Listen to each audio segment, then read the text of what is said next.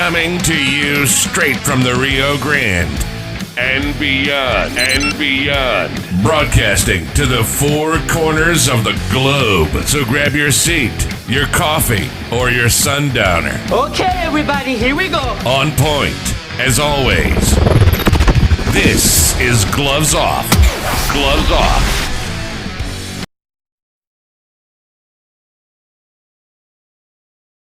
So when I was working on Selena, the series for Netflix, to play the role of Abraham Quintanilla, I put on a specific amount of weight, which I was fine doing, but also realizing it could be difficult to get that weight off. I got back into my physical regimen with James Leha, but I was still having trouble with just those last amounts. And that's when I got to meet Arturo from Laredo Medical Weight Loss Clinic. And just the products that he gave me kind of put me over the edge. I feel great about myself. We're back at you in Gloves Off, and today I have a great guest, a mother here in Laredo, Texas, who's concerned about issues that are going on in the school board and school district of UISD. How are we doing, Danielle? You doing good? I'm doing good, thank you. Yes, thanks for coming, and number one, thanks for standing up. Yes. What's been going on? What's all the commotion? I've heard a bunch of things, and I'm trying to gather, and there's a lot of people trying to figure out what is going on. Can you elaborate?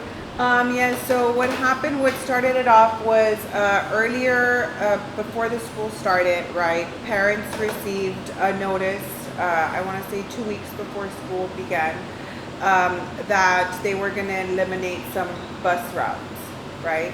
As you know now with technology, right, we have group chats going on and whatnot, so just kind of encouraging parents. Everybody was stressed out, didn't know what to do, who to speak to, so just letting them know, hey, reach out to your board member, right? I mean, essentially that's what they're there for, right? To advocate and to fight for the benefit of the children. Long story short, the parents felt like they were not being heard. So that's when I decided to go to a board meeting and express my concern. My child is not affected by the bus routes, but I do have friends that are parents at Elias that are affected, and they work, and they're stressed out, right? What's going to happen to my kid? Who's going to pick them up? Who's going to drop them off? So it just created a bunch of chaos within the parents. I went to go speak up, brought it up to the board, and because of that, they extended the bus routes. They told the parents, okay, we're going to extend it until September until we find, right, another solution.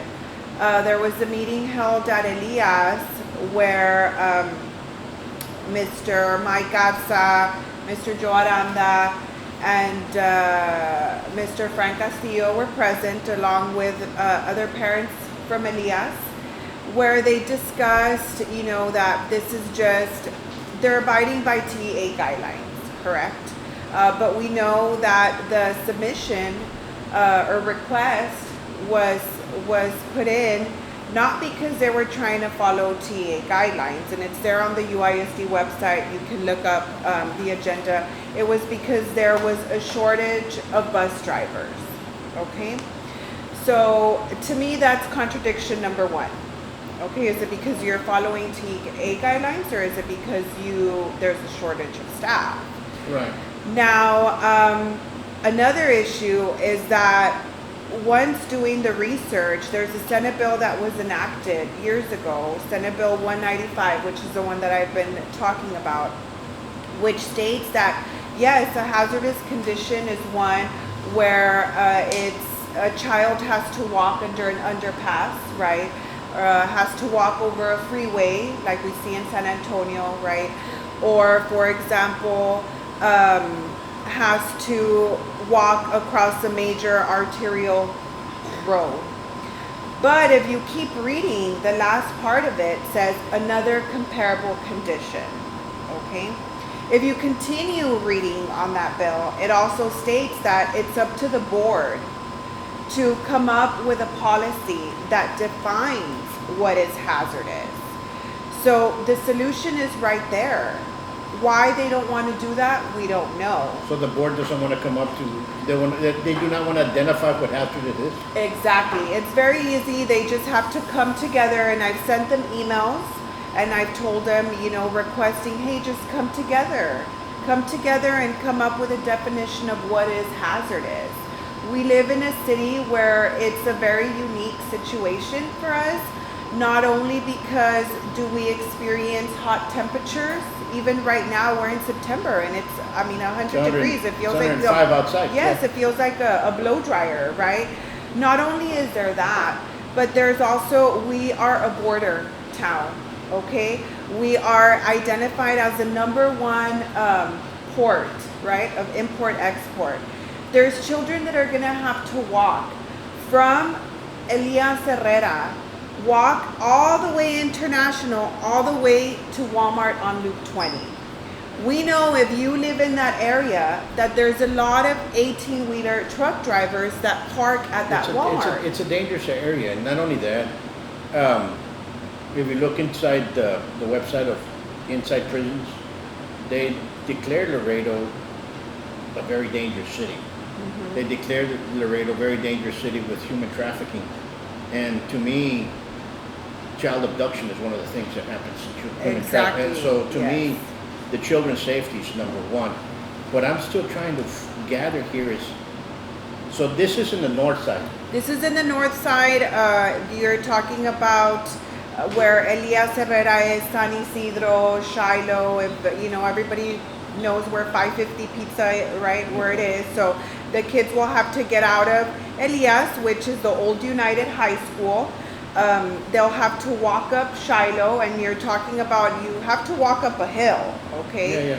Yeah. Some kids will have to turn into International to walk straight all the way to the Walmart on the Loop, or if not, they're gonna have to continue walking up, and some will have to, walk either further, or if not, turn to where the Burger King is. Okay, so you're talking about 1 or 2 miles, no? You're talking about an approximate of 1.6, 1.7 miles. Now, yes, TEA guidelines does say that the district is required to provide transportation to students who live 2 miles or more, but they are also able, right? They're also able to provide transportation to children who are ineligible for elopement, right? For money to get paid for. They're also able to provide transportation if they come up with a policy that defines that area within the 2 miles hazardous. Absolutely. And that's one, listen, I don't know how many accidents have occurred in that section of International, but it's been plenty. Yes. And there's a reason for the speed bumps. Yes. And because people like to go with speed, they're just not that long ago, we had a truck flip over and kill a couple of kids that went to the schools, even though that was on a Saturday night and there was alcohol involved. There was issues with that, okay? Who's the board member? Have you talked to the board member? Yes, we've talked to Mr. Frank Castillo. And what does he say? I do have to thank him for being proactive. Okay, he has set up several meetings. He's the one who actually helped us extend.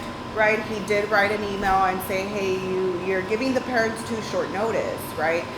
So he is helping us, but he can't do it alone. He can't. That's why there is a board, right, Sure. that represents, yes, the way I see it, right, is that, yes, you represent a district, but at the end of the day, you're elected to represent the whole. UISD. You're correct. You're correct. And that's where people that are public, whether the city council or in boards, they get confused. They say, no, I'm elected to only this district. No, you represent everybody. Once you go in there, your decision values everybody. Exactly. So And now, like you're saying, if they leave him alone, you're talking about him trying to come up with a policy on his own. He cannot. He needs to work with the help of other board members. And let me go back to, because your video went kind of viral, and I listened to it, and you were talking about that you were threatened, you were talking about issues like that. What happened? Who threatened you? What Not specifically threatened, but I am very well connected in this community. Okay. And I was called a ringleader. I was called an organization leader. When Mr. Aranda called me, because he called me on my cell phone. He did say that I was the one who was leading this, and it's not that I'm leading this campaign, what they're calling against UISD. It's just that I'm a concerned parent and I'm a taxpayer, and I think that for so many years people have been afraid of retaliation. I can tell you that just in this week I've gotten phone calls from teachers who are afraid to speak up. Okay. I've gotten calls. I've had parents come here, just like you have. They don't want to come. They tell me issues that are going on. Teachers come in here, employees of the district. They're all afraid of retaliation in the district. They're afraid of them going after your children. They're afraid of this going on to that. They're afraid of them even saying that one time they put marijuana seeds into one kid's locker when they had lockers, and they brought the dogs. Stuff like this. Has it happened in the past? Probably. Can it happen again? Who knows? I'm not there. The problem is that there's a lot of that feeling, what you're telling me, that's an issue with UISD. Mm-hmm. And especially now, in the past couple of months, UISD and issues that I've seen and foreseen, and has become what is known as a school-to-prison pipeline district. Yes, I saw that. Start looking into what it is, and we have to come up with solutions to fix it, because it's our kids. Whatever reason, something happens to our kids, and when you talk to some of the teachers, the teachers kind of, they shy down, they bow down. But when you talk to the administrators and you tell them, and some of the board, they kind of get insulted. It's not an insult. I don't think they did it nefariously. I think what happened was that you add something, and all of a sudden you end up in this, and now how do we get out? That's everybody that's put our heads down together, because our kids are our kids. I understand everything about vaping. I understand everything about drugs and gangs and bullying, and I teach people this. Where you're sitting in here, been teaching people how to deal with bullying since '88. Okay, and sometimes you need a bully to bully the bully, and it's unfortunate that happens. I have lost faith in our police department there. I think I pray for nothing to happen to our kids, because I'm really afraid that something might happen. I'm with you in the sense that we have to find a solution, because it's for the safety of our kids, number one. Yeah. Okay, it's for the safety of our kids, and if they're walking all that, you mentioned something about on that area there was several sexual. Yes, so if you go to the Texas DPS website, you put the zip code, which is 78045. Mm-hmm. Just in that area, there's over 10. Okay, if you are really going within the 2 miles, there's 3. I want to say it's on International. I get it confused, International or Shiloh. And then there's one more in the plantation area. So that's 4, okay? If you go down to Shiloh, Shiloh, there's another 3. So now within this discovery, right, like I said, modern times, there's chats going around, parents are sharing information. There's actually a bus stop, okay, that drops off kids on Stonefield Lane. There's a registered sex offender just on that block. And the parent sat there and she waited, okay? And the students are getting dropped off 6 houses down, okay? Now, this is the job, again, this is the job of the transportation director and the safety director to make sure, because that bus route, there's no stop. If you go to the UISD website, the bus is not supposed to drop off on Stonefield. Why it's dropping off there, we don't know, right? Maybe it's a shortcut, maybe they're running late. Now, a lot of parents have been communicating that buses are running late. Is it because they're short-staffed? Is it because they're doing it to retaliate against us? We don't know, right? But point being is that why is it that we parents are having to do the job of the people that are supposed to be running this district? Do you know what I'm saying? Yeah. No, you're absolutely correct. You know, I don't know about I remember in Texas, I don't know if it's a law or not, but a registered sex offender had to place a sign outside. I don't know if it's a city ordinance. I don't know if they're supposed to do that. I don't know if it's supposed to be just, I don't know. Because I remember when I used to live in Dallas and in Irving, they had a sign. It was a yellow sign that said registered sex offender right here. And they have to be inside your front yard. And if they're supposed to and they're not doing it, then we have to call the police and say, you know what, call the district attorney.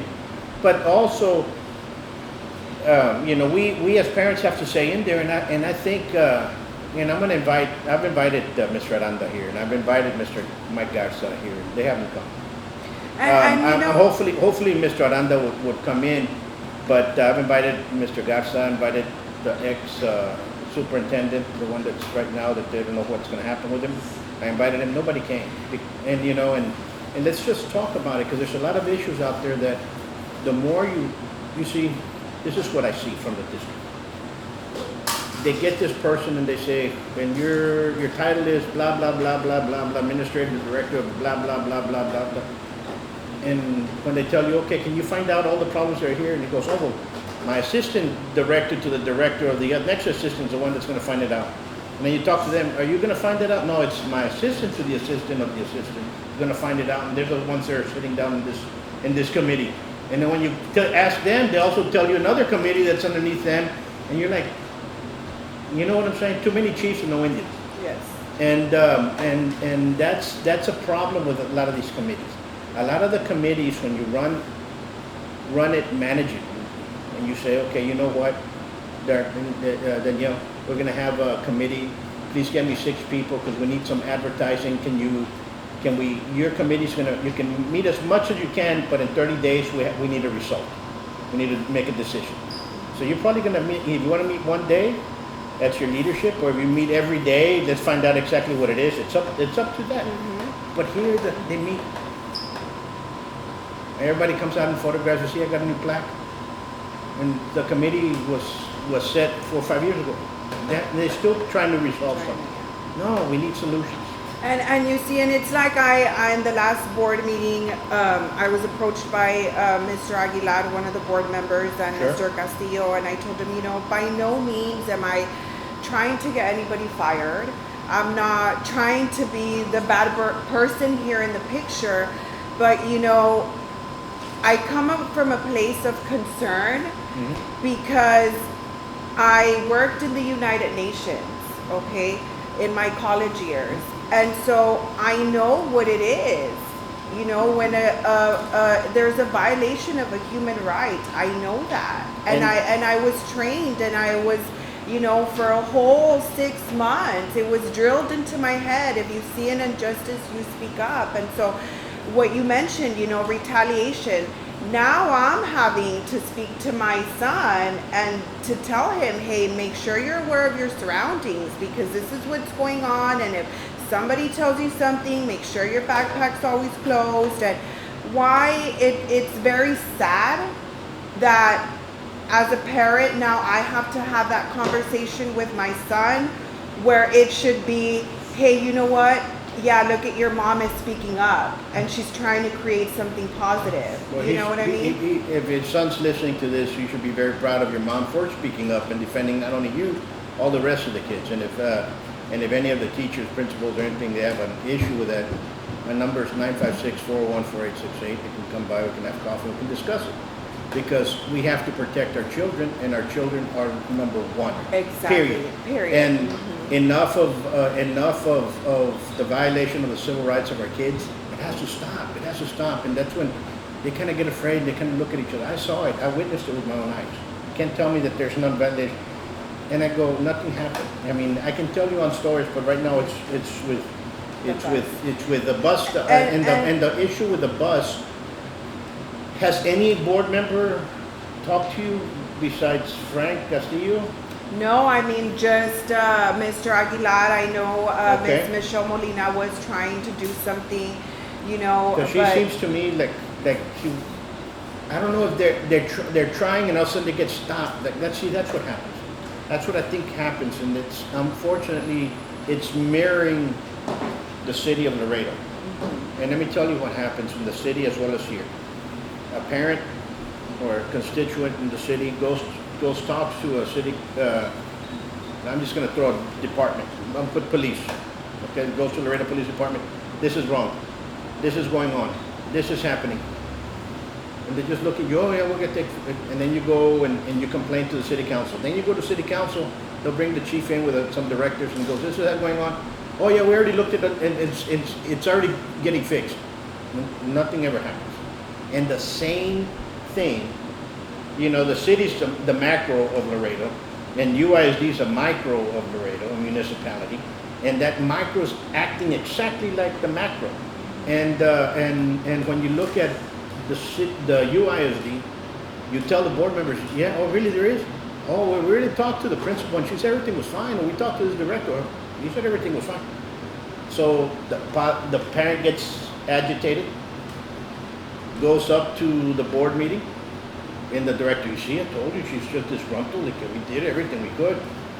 And all of a sudden they label you, or label whatever parent goes up there, as just a disgruntled person that goes up there.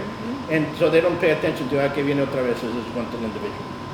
And it's unfortunate that happens. But I think they have to get more involved with what's going on. I think they have to represent, because they represent us. And it's very important. And the sad part, Danielle, is that the lawyers represent us, because we pay taxes, we pay them. Exactly. And they might turn around and say, the board is doing this. No, you know what? They're your lawyers as well. You should call them and say, you know what, this is happening over here with safety. Send them a letter, like a paper trail. And if they don't want to get behind it, go to the state bar. The lawyer doesn't want to do this. This is this is our lawyer, because we're paying indirectly taxes. And if you get 50, 100 parents sending the state bar letter that the lawyer's not watching out for the safety of our kids, I think we're going to get a little bit of trouble. Then they can decide who it is. Okay. And you know, and that's what I expressed, right? I was brought up with the mentality of the worst thing they can tell you is no. Try it. The worst thing they can tell you is no. Come up with a policy, submit it. Now, if TA says, you know what, no, at least we as parents have that certainty that, hey, you tried. You tried, and now let's try to come up with something else, you know, because also there was brought up an idea of an after-school program, right, where maybe they should implement that at that school. But you have to also remember that Laredo, if you go on the statistics, their enrollment there, it says it's 100%, you know, minority. You have to remember that Laredo is also, we're Latinos, all yes, of us, you know, everybody struggles. We're all really middle class people trying to work, and so you think about it. I have 3 children, okay, that not only are they in extracurricular activities, and that's a whole different subject, and now it's super competitive, and now you have to have your kids with private coaches and whatnot, and now to have to pay, you know, an after-school program of, I don't know what the tuition is monthly. You know, you're talking still groceries, taxes, everything. It's just crazy. While we're getting, you know, we're paying our taxes for a service that is not being given. You know, so and it's very important for our community to know that the board runs the district. It's not the other way around. Okay, that's why there are meetings where departments go and present to the board and say, hey, this is what I'm doing, here it is, can you check? And that's why the board says yay, nay, that's why. So it's very important for parents to get involved, whatever it is, even if it's something minor. You know? Sometimes we entrust some individuals that we elect because we know them. Personally, you know, I know all of them, okay? Some I've known for years. Others I just met 2 months ago or 4 weeks ago. You know what I'm saying? But personally, I know them all. I think they're all good people. They're all trying. But it's that step from the board to the superintendent, now they have 3, to the administrators, to what the department heads are going to do. There's a lot of confusion that just does not get from one to the other. There's a lack of understanding, Yes. of command. There's a lack of who cares. The person's not going to be there anymore in 2 more years, in 2 more months, 4 more months, whatever it is. We're going to vote them out. We're going to put one of my friends inside, so I could do whatever I want over here. And that's the attitude that happens. That's the attitude. And the conversation that I had with Mr. Aranda, I did say this is a case of misinformation. Yeah. That's what it is. Because why is it that the letters that they're sending are so vague and you don't say, hey, you know what? Okay, we're going to eliminate transportation, but there's also a way, parents, where if your kid is dyslexic, where if your kid has ADHD, where if your kid has autism, where if your kid has any medical condition, you're still entitled to transportation. Why not put that? That's my question. You know, something that you brought up, because you said it as a minority. You know where the reason why a school to prison pipeline district was made? Because we're a minority. They were to stop the minorities, to stop the Latinos and the blacks from prospering. And what do we have here? And that's a whole another topic that I'm actually, I've been researching that because that's an issue I know somebody very close to me who right now is going through that. He actually was incarcerated at a very young age. And so we're trying to advocate also for that. And so I know that that's real, you know. And we're doing some progress, because there's some people that we're trying to get in there before we start bringing others in. But it's already in the movement. It's already there, and we're going to get some parents that we're going to get involved. I've been talking to a foundation that's going to end up coming in next week. I have a podcast with them, and they're going to be talking about what is it. Because a lot of people don't know what it is. They think, oh, it's another conspiracy theory. Oh, you think you're saying we did this? No, we're not saying. It's just by policy. Well, another thing saying, oh, they're doing something good over there. And then by the time you know it, you do it, and it's worse. And there's laws that we're not following. Or they're kind of like, oh, really, they're there? Yeah, there's a lot of laws that have come of age that they're saying, oh, but, you know. And you know, and I hate to burst everybody's bubble, right? But the world is run by money. And so you get a little taste of the money, and what are you going to want? You're going to want more money, you know, and it's very sad that our children are having to suffer those consequences, you know, because like I've said before, there are ways. Now, several parents walked that route uphill, and we finished exhausted. We were exhausted. Now, a couple of days ago, actually, a bus was running late, and 2 young girls decided to walk, and one of them passed out. So can you imagine every day doing that twice a day? I don't know, but I mean, it's ridiculous that we have to do this at this time of age. But I think there should be a solution that can come up. If solutions can be made, can be brought in, I think there should be a mediation that we can get everybody together. And I think the board has enough common sense to do that. Exactly. I think so too. And I think Mr. Aranda, when presented with everything in there, I think he's going to change his mind when things come of age. And I invite Mr. Aranda to come out here anytime you want. Number's 956-401-4868. Mr. Garza, please do so as well. And we can have a nice conversation. And we can talk about whatever. And but I think the safety of our kids is number one. Yeah, and we should not be claiming other. And we shouldn't put them in danger. I mean, I understand, right, that they're going by TA and the 2-mile marker, but there's ways, like I said, you know, if the district adopts a policy, I don't know if they have one because it's not on the website. If you go to Austin ISD, if you go to Fort Bend ISD, if you go to Denton ISD, all those school districts have an adopted hazardous policy on their website. Can you get a copy of those? I can send you the links. Yeah, get a copy of those, and also that. send me that to put it up here for people not to think otherwise, and to put up there that law that you said, and we'll put the law up there for you guys to read it at the end of this, and we can put everything together for you guys to understand that this is not a joke. It's happening. It's happening, and it's not a joke, and it's not. I know on air they've said I don't know where parents are getting this information. The information is online. That's where we're getting it, and we're not getting it from bogus sites. We're getting it from sites, from the TA, from actual, school district websites. So we're just, like I said, we're not trying to get anybody fired. We're not trying to make anybody look bad by all means, right? But we just want what's right for our kids. Absolutely. Well, I want to thank you for standing up. Folks, and if you want to reach out and talk a little bit more about any issues with any of the school districts, not just UISD, please feel free. Give me a call. My number is 956-401-4868. It's here. You can send me a text. My email is there as well at the end. It'll be in the description. If there's going to be any meetings and stuff, we'll let everybody know. We'll have you back over here. And what's the name of your all's group? What are you all calling it? No, we're not a group. No, we're just a group of parents, that are concerned, and we're worried for our kids. Absolutely.